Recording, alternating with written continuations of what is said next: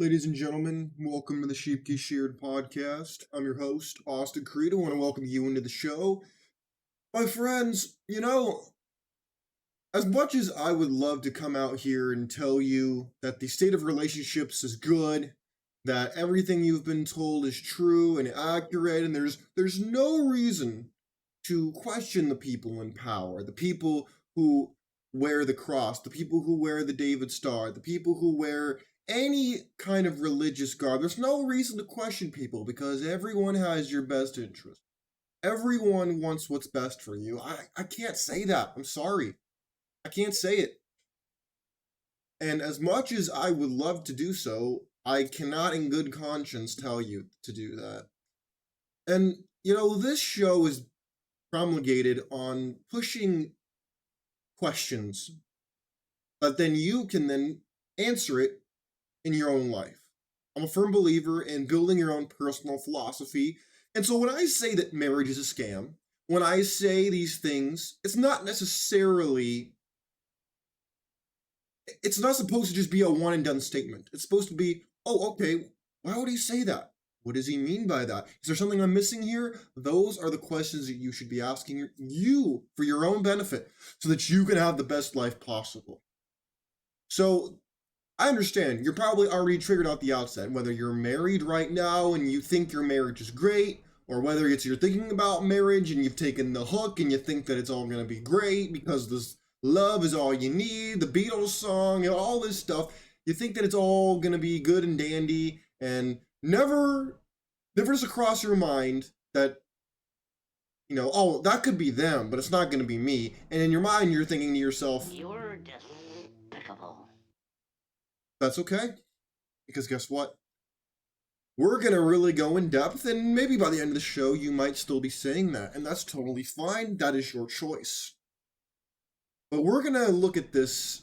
Is marriage a scam? How is it a scam? Why is it a scam? Why would I call it a scam? We're going to break all that down. And I would like to show you my first piece of evidence as to why I would say that. So, without further ado, I'm going to fair use this video on TikTok from this gentleman.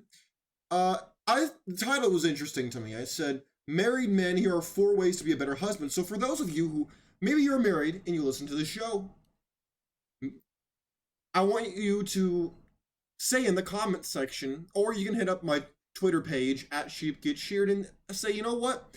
This is right, or this is wrong, this is fair, this is foul. And gentlemen who want to be married, you have to leave you out. I'll leave you thinking, what about this do you think is true? I haven't seen this whole thing yet. I pull up the clips because I want to have a raw reaction to them.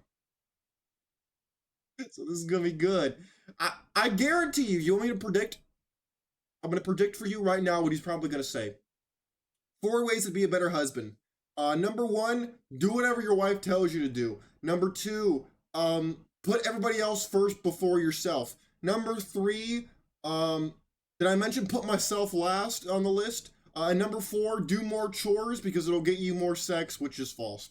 Okay, let's see how my predictions hold up. Fair use this video, let's get it. Married men, I've got 4 tips for you to be a better husband. And me too. Own up, show up, build up, and never give up. Number 1, own up to your mistakes. Look, the reality is we're not perfect. Sometimes we think we are, but we're not. So own up to the things that you come up short in. When you make mistakes, when you say the wrong thing, when you do the wrong thing, or when you don't do the thing that your wife wants you to do. Own up to your mistakes. Number 2, show up for your wife. Be there, be present. It is amazing for you to work hard, to go to work every single day, to come home, and to be there to support your wife. But make sure that when you get home, you are showing up for your wife. You're there to care for her. You're there to listen to her. You are there to be invested into her in the best way you possibly can while you try and settle down, end up getting to sleep, wake up, and do it all over again the next day. Number 3, build up your wife. Regularly invest into building her up. Compliment her, support her, encourage her, share with her ways in which she is doing good things that you appreciate. The more you build her up, the better off you are going to be in your marriage. And finally, never give up. Too often when we get frustrated, we check out. Maybe we get frustrated over a single issue, or we get completely frustrated with the person that we're married to. Regardless of what that is, never give up.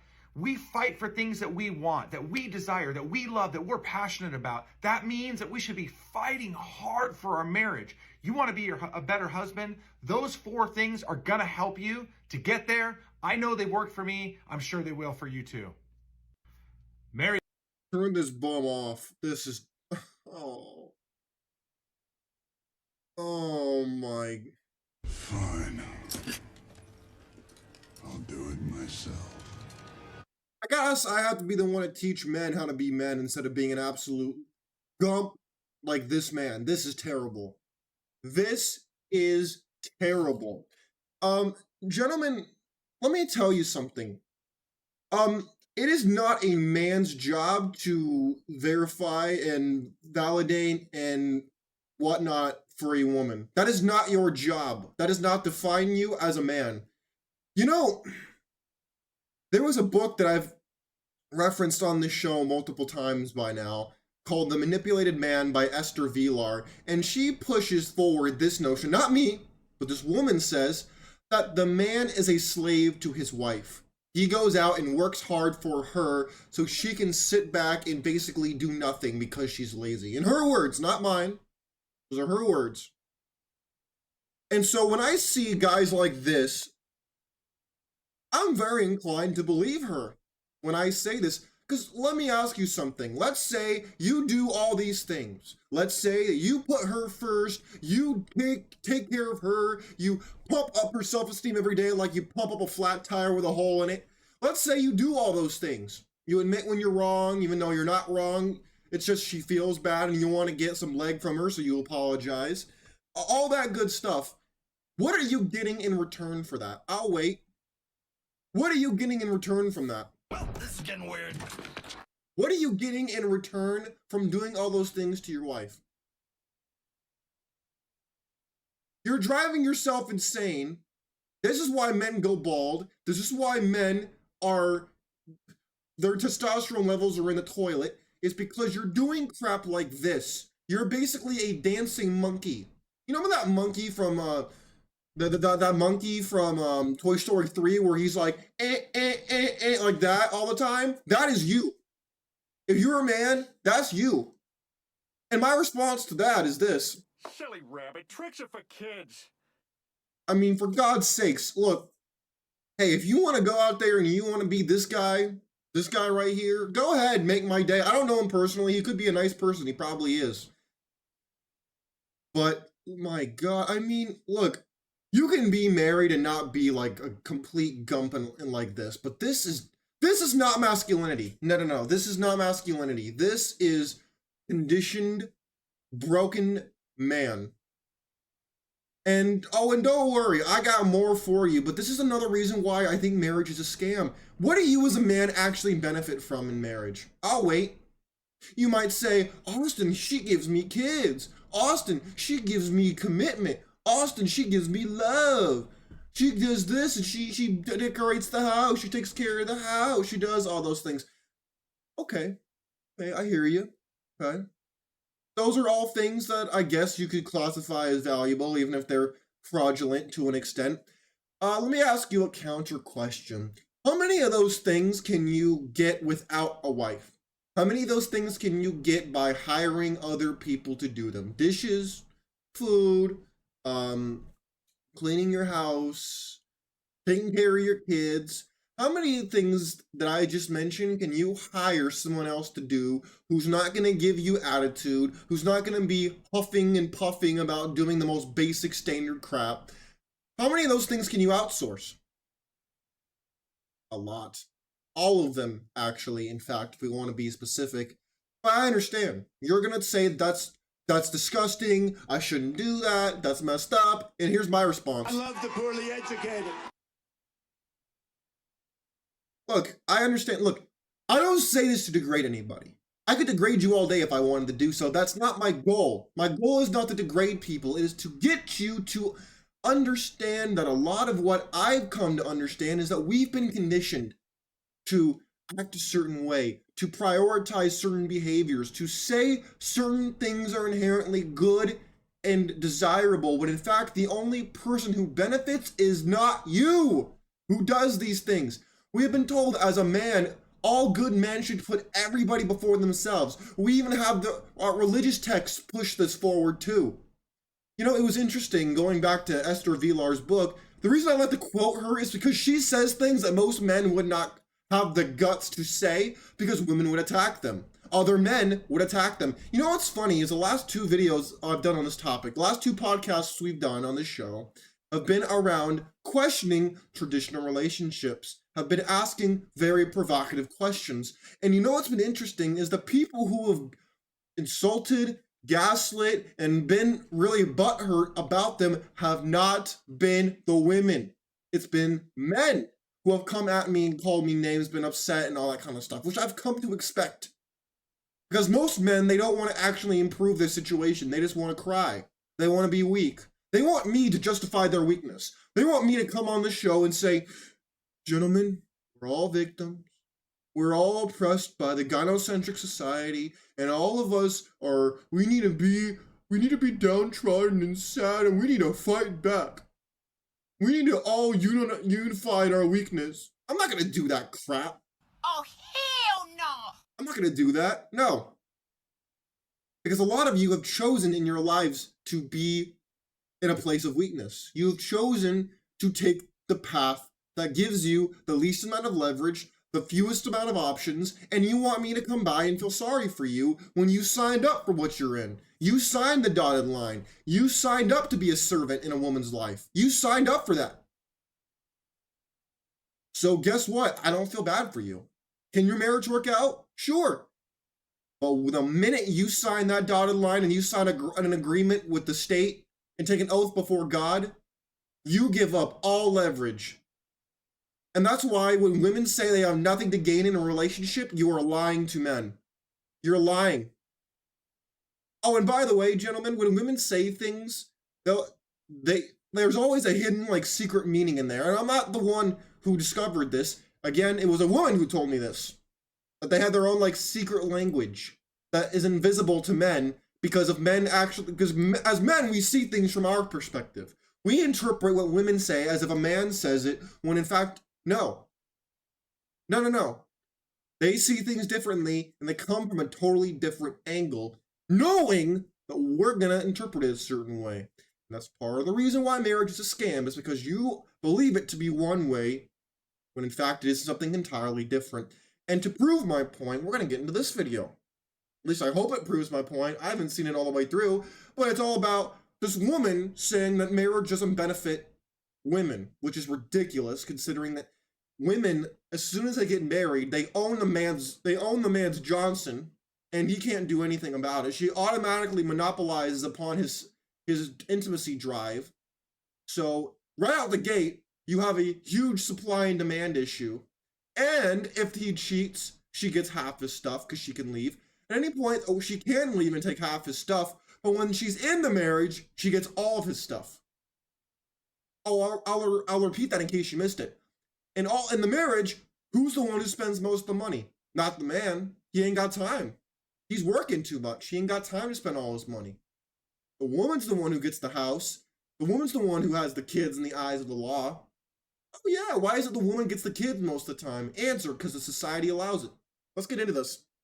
I made a post about how women don't benefit from marriage, and the incels went crazy. Immediately, he insults men by calling us names. Name calling is a very feminine thing to do, by the way. And immediately it says, I'm not going to actually talk about what you said. I'm just going to label you and humiliate you. Immediately, out the gate, we're dealing with this garbage. In this video, we're going to go through all the reasons. But let's start here. The consensus from most men in the comments were that women do benefit from marriage through divorce. This is so true. They seem to be in agreement that the best part of marriage for women is leaving. No, that's false. That's totally false. That is a lie. In fact, women get all the stuff in the marriage. All of it. Who's the one who has the ability to sit back? If the man does well enough, who sits back at home and basically does jack the whole day? The woman does, not the man. Man tries that, he's getting divorced. So we go back to your original point. In the marriage, the woman gets pretty much all of the stuff. So no, in fact, that's false. And you know you're lying. You lied to me. You know you're lying, but that's okay. We'll keep going. We'll entertain this completely fraudulent notion. If that were true, which it's not, I think that would make my point. Let's go through finances, child custody, and health. Oh, this Is should be marriage interesting. worth it for women? The benefits mostly go to men. What? What? In what world is that possibly true? Oh, I benefit by going to work all day to support you. I benefit all day by you holding your vagina as leverage against me and rewarding me like a owner rewards his dog for good behavior. Where do I benefit exactly? Where is it I benefit? I benefit by having an overpaid house guest? What is this? What benefits? Please illuminate me to the benefits, please. Currently, over 50% of households have a dual income. I read this as Oh, that is a total, oh my. I cannot believe I have to actually illuminate this. I cannot believe we're still making this argument. Gentlemen, when your wife makes money, she usually socks it away as her money, or at least a portion of it. Your money is her money, and her money is her money. Any married man knows what I'm talking about. And anybody who doesn't know what I'm talking about, oh, don't worry, you just ain't found the accountant yet. That's okay. says women are taking half of their own stuff. Lies. Lies. Statistically, the man makes a lot more, which means you're taking more than half of his stuff. Your half is not half of the total net worth of the household, so you're lying again. How do people get away with just straight lying like this? It's disgusting. In those households, despite a dual income, women are still doing the lion's share of domestic labor and emotional labor. Emotional labor is not a real thing, and domestic labor is easy. There's machines for literally all of it. So stop with the bull crap. Stop the bullshit. Stop with this bullshit. Oh my God. Stop with this bullshit. What is going on? How does this pass as an actual intellectual conversation? This is total rubbish. In a divorce, women's income drops on average by 20%. That's another lie. In fact, they get the money from the husband and they get half of the stuff and the kids and get government support. Divorced men see an average of 30% increase in their income. What? What are you talking about? Oh, you mean the guys who live in their RV? The guys who live in their car? What are you talking about? No man who gets divorced is making more money than before. It takes them years to get to that point. You are a liar. Post-divorce, 20% of women find themselves in poverty compared to 11%. Because they chose that. Let's talk alimony. Alimony has been gender neutral since 1979. Lies. It's the breadwinner who pays. In the Which is always a man. Like 90% of the time is a man. Women are not breadwinners. With very rare exception. You just pulled on yourself. Again, how would you get away with this, dude? See, this is the scam I'm talking about. This entire video is a scam. This whole thing is a complete and utter fabrication and selective facts at best. Total lies. 1960s, 25% of men were paying alimony post-divorce. Today, that number is 10%. And I know the math is right here, but I'm going to say it anyway. 90% of marriages end with no alimony whatsoever. Yeah, because the woman can't stand long enough to take that check. And you haven't noticed, I can't help but notice that you haven't said that 80% of the marriages that end are filed by women. Where's that evidence at? Oh, I ain't heard that yet. 90 to 95% of the time that alimony is paid, it was settled out of court, meaning a judge didn't weigh it. Oh, in other words, she basically was like, just give me the money, and the man was happy to do it because he loves his kids and isn't over his wife. And didn't order it. In the cases where a judge orders it, there's a large discrepancy between the spouse's income and assets. Short marriages are less likely to get any alimony. Judges are looking at if one spouse sacrificed their career or potential earnings. And so if they didn't, alimony wouldn't be awarded. Now let's talk child custody. Studies show that when fathers ask for custody, they get it. Oh my, that is so false. Where do you, that is so false. That is so false. Where? No, that is so false. Men have to fight for 50-50 custody. That is so false. Show me the data. That is total false. That is such a lie. Conversely, as fathers tend not to ask for custody, they don't get it. Fathers don't ask for custody. Really? We're gonna make this argument too? I'm barely halfway through this video. You see what I'm talking about? Nothing but straight lies and manipulation of the truth through this entire video. I cannot believe this. And look at this crap. You have women in the comment section saying, facts. How many women give up jobs and support a family only to be financially abused by their spouse? In other words, he's not letting me spend all the money. How dare him? My brother complains that his kids got taken. I thought we just said that men don't care about their kids. He didn't even bother to show up to settle custody. Of course he didn't, because he knew he wouldn't get any, because he probably filed a temporary restraining order. Statistically speaking, numbers are rising for that. Men realize that they're just being destroyed financially by the lawyers, by the system, and they realize that they're paying through the nose to even see their kids. The woman is holding them and exploiting them every which way to Sunday. And so they say, I'm gonna wash my hands and I'm gonna walk away. You can't win as a man. That's the bottom line. You can't win. My ex says, I took the kids, but we went to court. Look at this garbage, bro. This is so false. These women are all liars. They're all lying. Women getting half of them divorced doesn't even begin to make up the free labor. Oh, you mean the stuff like putting in clothes and pushing a button?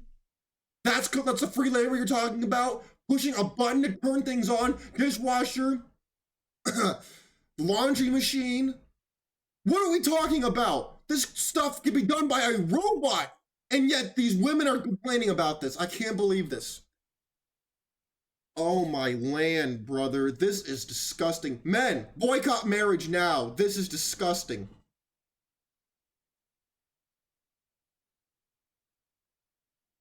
I can't believe this. I can't believe I'm watching this. I can't believe that I'm living in this world. I cannot believe we've gotten to this point. I cannot believe this. All right, how much more of this how much can I handle from this complete fraudulent garbage? Most custody cases are settled out of court. For absolute clarity, most fathers are giving custody to the mothers. No, in other words, they know they're going to get ramrodded, so they're just like, "Here, just take it and get away from me, you toxic woman." Not losing custody. Do you see the difference? Now we're going to talk about health, and that will lead me into my last point. Oh boy. Why do women even want to get married if it doesn't benefit them? You know when married women nag their partners? You really going to have that third beer? Babe, I think you need to go get that mole looked at with the doctor. Men seem to hate that. And yes, because you're slowly destroying me. I didn't ask you to be my mother. I didn't ask you to be this crap, and yet, oh my. Oh, hell no! Well, this is getting weird. I trust me. I know by this point, this is what most women are going to be saying if they've made it this far. This is the worst kind of discrimination. The kind against me. I can't. I'm done with this. I can't listen to this woman another second. Get off my screen. I can't listen to this anymore. This is terrible. This is why men are leaving marriages in droves. This is why men are not marrying women anymore. This is why. Because they don't benefit from jack. And then the women who want to get married have the attitude like that. Of, I'm doing you the favor for you to work for me. It's like Jack Sparrow in the Pirates of the Caribbean movie where he tells Gibbs, hey, you have to pay me to save me. That's what women do. You have to pay me for you to save me. World I'm living in. I can't believe this. How? How do we allow absolute propaganda and lies? So easily refuted, but yet there are just a hive mind of women who are the largest voting bloc in the Western world, thanks to all the wars we've gone through in the last 100 years. It's no wonder the marriage laws ain't changing, because the politicians wouldn't dare offend their largest voting base, which is women, by the way. And you might say, well, Austin, if marriage is so bad, why do so many men stay? Well, besides the financial, let's go here. Research suggests that men in committed relationships have lower testosterone levels than men who are not in relationships. One study found that men in marriages, they experienced a decrease in testosterone by 16.4 nanograms per deciliter, which is more than the 9.8 decrease that was found in former smokers. In other words, you're losing more than what a chronic smoker would get. A lot more, actually, as it turns out. So you wonder why men, like in the first video we watched, are completely gumping out. It's because they realize they're screwed. They're caught in a catch-22, and because they don't have their balls are kind of shriveling up and they don't have the guts to walk away.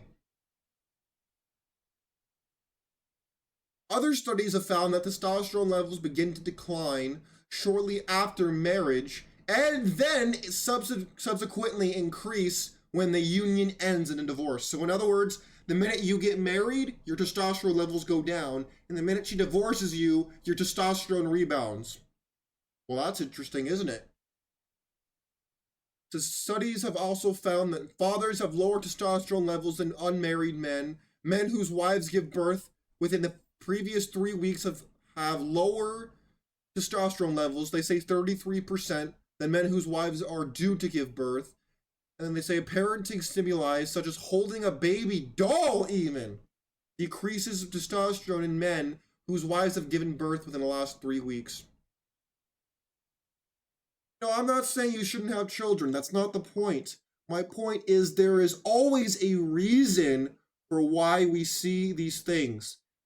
Nature understands that most men are going to probably leave unless their biochemistry changes. So their biochemistry has gotten to the point where they stay with the woman most likely, even if they otherwise wouldn't. Oh, and for those of you who say that, oh, I'm in a great marriage, Austin, don't worry about it. I would like to show you this. It says, according to a 2018 study published by the Archives of Sexual Behavior, 15% of married people in the United States have not had sex in the last year. 15%, which you might say is low, until you realize it's not that shy of about 1 in 4. In fact, in a 2022 study, 33.1% of married baby boomers lived in a sexless marriage. That's 1 in 3 baby boomer men get 0 intimacy in their marriage. 0. Oh, but marriage is totally beneficial only to men, right? I mean, how much more do you want? There's this whole thing now of love without sex. Apparently, people are trying to say that, oh, relationships can still exist without the intimacy. What? You lied to me. I can't take this, dude. Again, I'm not trying to tell you what to do, okay? I am simply telling you what you are dealing with if you choose to go down this road. You are engaging in an entire idea, love, that is based on a fraud. Love is a choice that you must make every day. And the problem is most people can't do that. They're not willing to do it. They are incapable of doing it. But yet we still try to make it work for some reason. You might say, well, divorce, that's not going to happen to me if you're married, or if you want to get married. Well, let's look at the reasons, shall we?